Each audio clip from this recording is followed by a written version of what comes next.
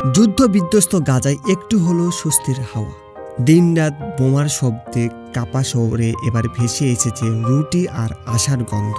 কারণ ডেইর আল বালাহ এলাকায় পৌঁছেছে আন্তর্জাতিক সহায়তা, আর স্থানীয় বেকারিগুলো আবার জ্বালিয়েছে তাদের চুলা।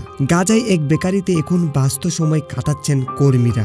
বেকারির মালিক জানান, সহায়তায় আটা ও জ্বালানি পাওয়ার পর তারা আবারও রুটি তৈরি শুরু করেছেন। যেখানে আগের দিনে কয়েকশো রুটি বানানো হতো, এখন সেটি বেড়ে দাঁড়িয়েছেন কয়েক হাজার।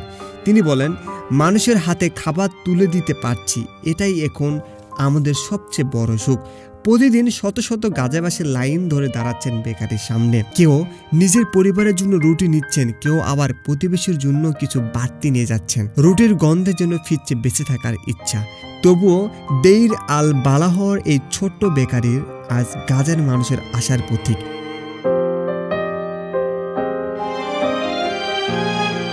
রুটির তৈরি চুলা শুধু আগুন নয়, জ্বলে উঠছে টিকে থাকার সুখ। স্থানীয় এক বাসিন্দা বলেন, রুটি হয়তো ছোট একটা জিনিস, কিন্তু এই মুহূর্তের এটাই আমাদের জীবনে বড় আশীর্বাদ। যুদ্ধ বিধ্বস্ত গাজায় মানুষের মুখে সামান্য হাসি ফুটাতে এই বেকারিগুলো ভূমিকা এখন বিশাল।